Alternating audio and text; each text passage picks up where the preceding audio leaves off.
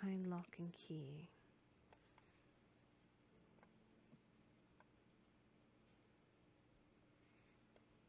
Disagreement between two houses?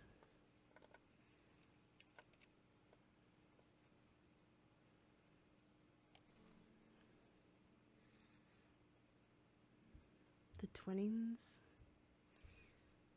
Blacksmith's Guild, the convent.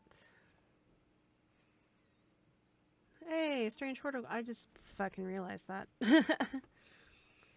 The Barrows, High Green Church, Wainwright Hospital, Heathwood, Lockhouse, the Boatyard, Sockside Rock, the Old Jail, Museum of History, the Spoken Word.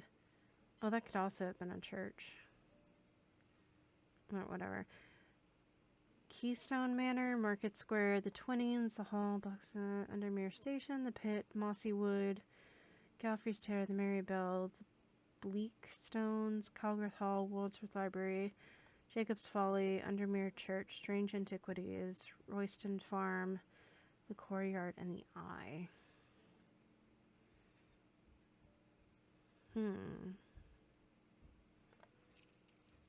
So I'm wondering...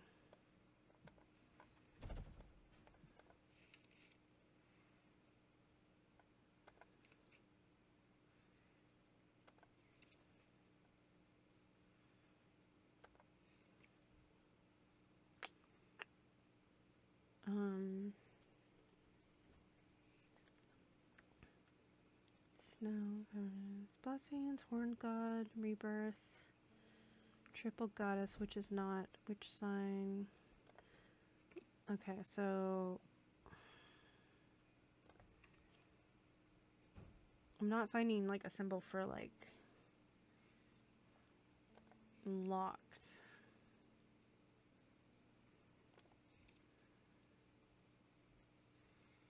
Paralysis, poison, truth, strength, improving weakness, wisdom, insanity, hypnosis, fortune, foresight, fear, calm, confusion, death.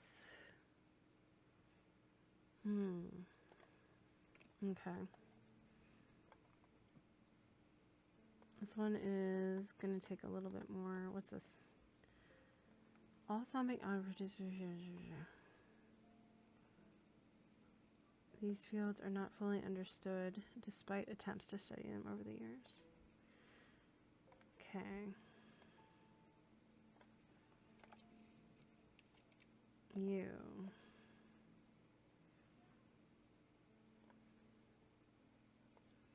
Lock and key. A lock house. Oh my god. Okay. 7. Ivy strangles the iron gate, creaking loudly as it opens. Behind dust-cloaked windows, somebody watches me approach the old house. I tap the brass door knocker, waiting for an answer, but that never comes.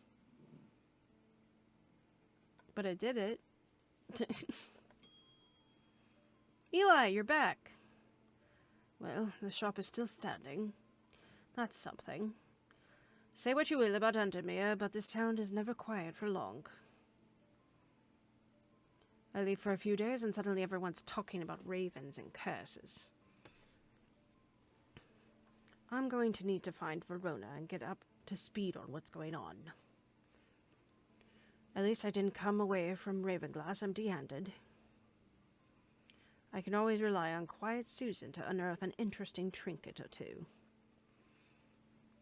Okay. Ooh, pretty. You're gonna go over here. Alright, pet the cat. Pet the cat, pet the cat. Francesca! Hello, Doctor. The Evercant cats didn't snap Mr. Hungerford out of it, unfortunately. It's strange. At times he appears almost awake, but he is deep in some kind of trance, and I can't get anything out of him. He seems to be searching for something. I'm beginning to suspect this is beyond my skill set, but I'm not willing to give up so easily. I know it's a bad idea, but I'm going to need a sleep vessel to get me through this week. Ooh, a sleep vessel.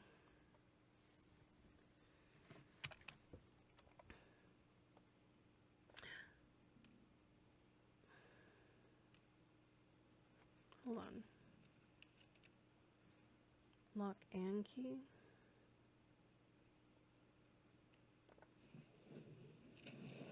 Okay, it was behind. Duh. A large flat slab of granite marks the otherwise empty field. It bears an inscription. On this spot in the year 1813, Arthur Key did shoot and kill the beloved horse of Wellington Locke. Buried at the foot of the slab, I find an unlocked chest containing a handful of legal documents, as well as a pistol and another item that catches my attention.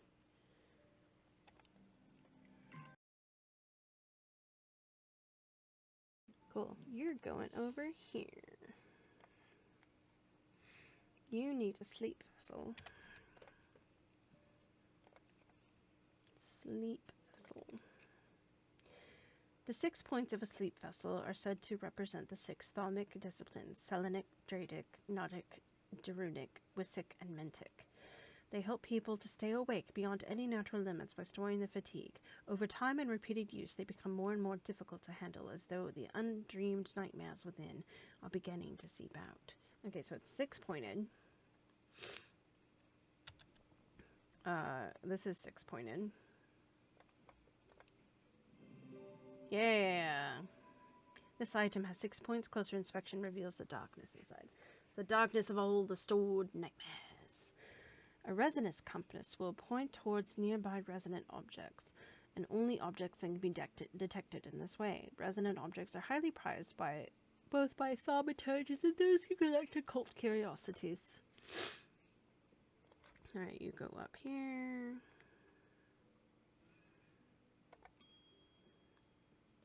Althea O'Shea. Many years ago, I owned a silent breath, but it was already old when I inherited it, and its power died soon after. It's about time I replaced it. A silent breath. Oh, I think I know which one. There are those that consider the white heart of a prize to be claimed. But there's no glory to be having from killing such a noble guardian of the forest. A silent breath contains a small token taken from a living white stag. While the white stag lives, the item will retain its power, allowing the bearer to sense danger before it arrives. Okay. This one? No. So it's from a white stag. It's not of a white stag. Is this a tree?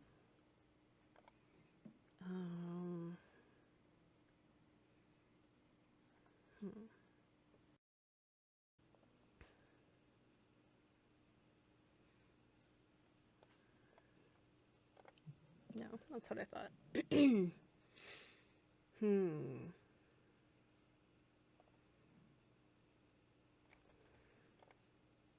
Yellowed paper, green glass, cool and smooth, papery, spongy. It has a strong odor, and when I shake it, it rattles. Nothing to remark. Green porcelain, gold, pinkish gemstone, white feather.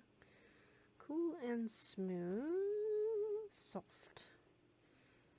It has a smell like rotten egg. I have nothing to remark. Okay.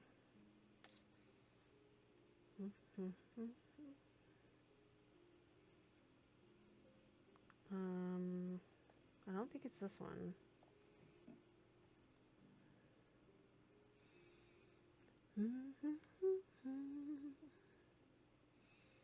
A silent breath.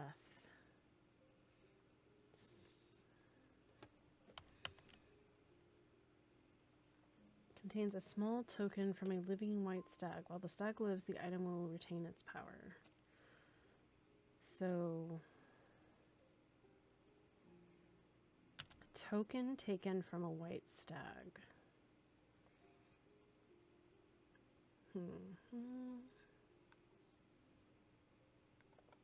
It's not this, right?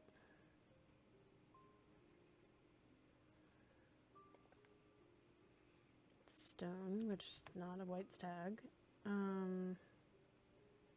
Wait, hold on. Stone. Appears to be a fossilized creature of some sort. Okay. Not you. Which one of you is part of a fossilized, or part of a stone thingy? Is it this? Pearlescent blue glass, iron.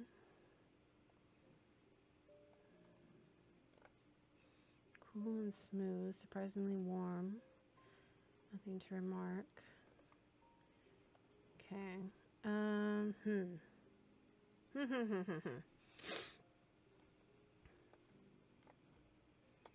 Nope. I'm looking for something that could have come from a white stag. Yeah, no shit! Nope.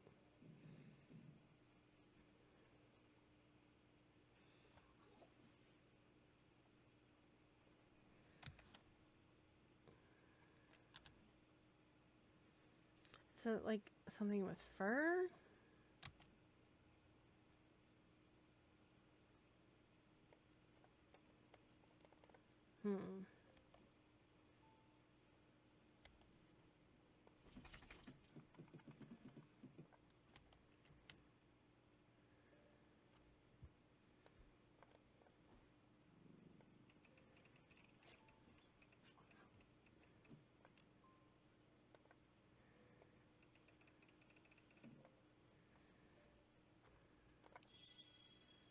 A white hair could have come from where?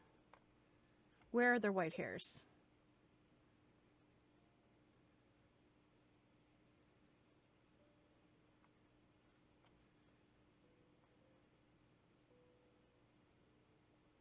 Oh. Wow. Glass filled with a blue liquid. Cold. Nothing to remark. It seems to make the hair stand up on the back of my head. I mean, it has a white hair, so let's go. Yep. Identified. The item features a white hair, potential trophy from a white stag. On closer inspection, my senses come alive. Okay, fun. Elva stone. Elva stones can be used to relieve the discomfort caused by otherwise incurable ailments such as braxis or running blood. The planetary metal used in these items is associated with the Selenic discipline, a connection that is also reflected in their design. Okay. I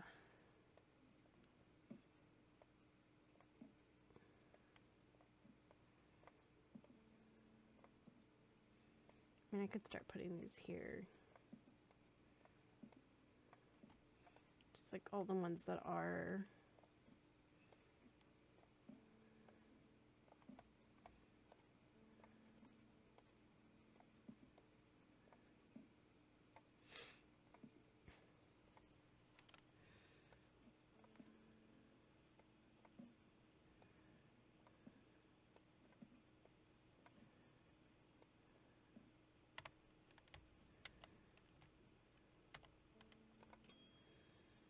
Rufus Shelley. I've always wanted to try a daedalus link. I have a personal interest in the celestial branch, so I'm not completely new to such things, nor am I ignorant of the risk. And now I have a good reason for it.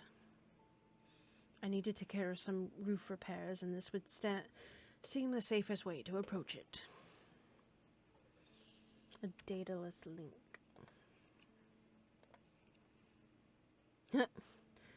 Link is a powerful object capable of producing a levitation field. The field is extremely fragile, however, so it would be prudent not to take risk. These items are surprisingly light in weight. Their design vary, but they might point to some facet of flight, a feather, or the wings of a bird or insect, if, for example. Stone. Rough and pitted. Vibrates with energy. I have nothing to remark. I have a feeling a pulsating power, like a beating heart. It's only at the top of it. Okay. Lightweight. Is it this one? Gold, silver. Warm and vibrating with nothing to remark. Nothing to remark. Something with a bird or insect. Hi, cat.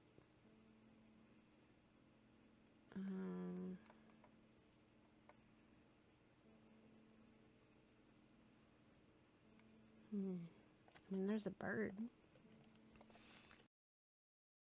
Tarnished silver. Raised detailing. I have nothing to remark. I have nothing to remark. Well, it couldn't hurt. Yay! The bird motif is a connection to flight. Using my weighing scales, I can confirm that it is very lightweight.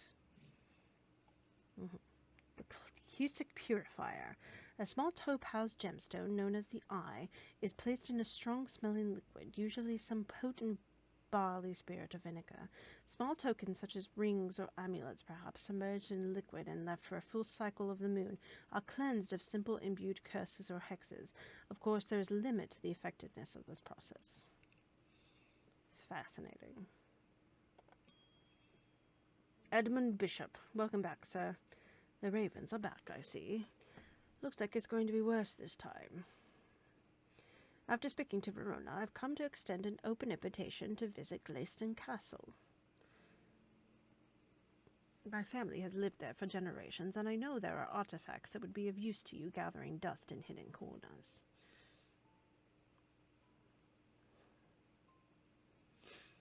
All I ask is that you stay out of the South Tower and the master bedroom. Why, what's in there? And run anything you find by me first, of course. Okay.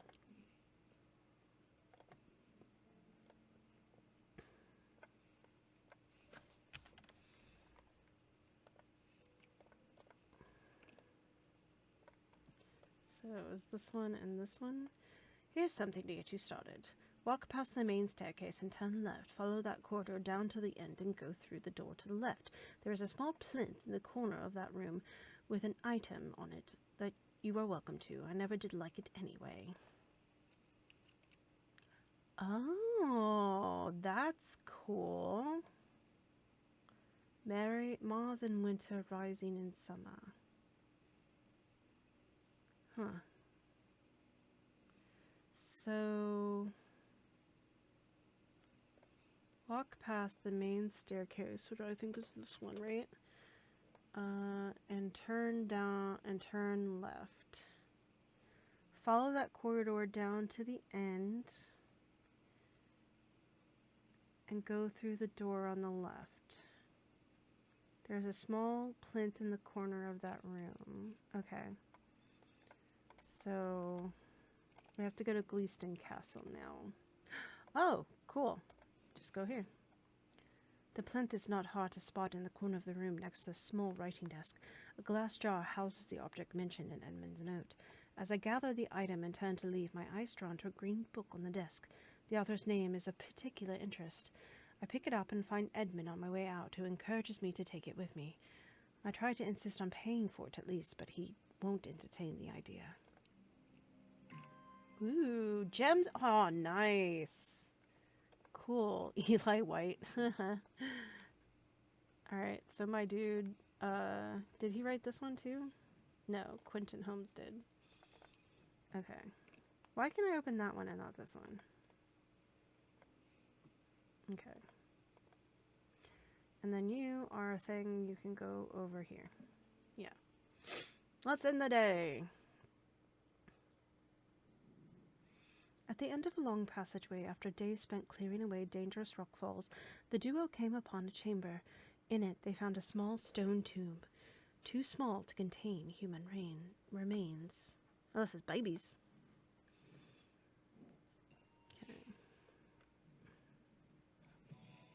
Okay. Biddy. Okay, so I have to find something that is just that. Okay. Hold on. I know what to do with these.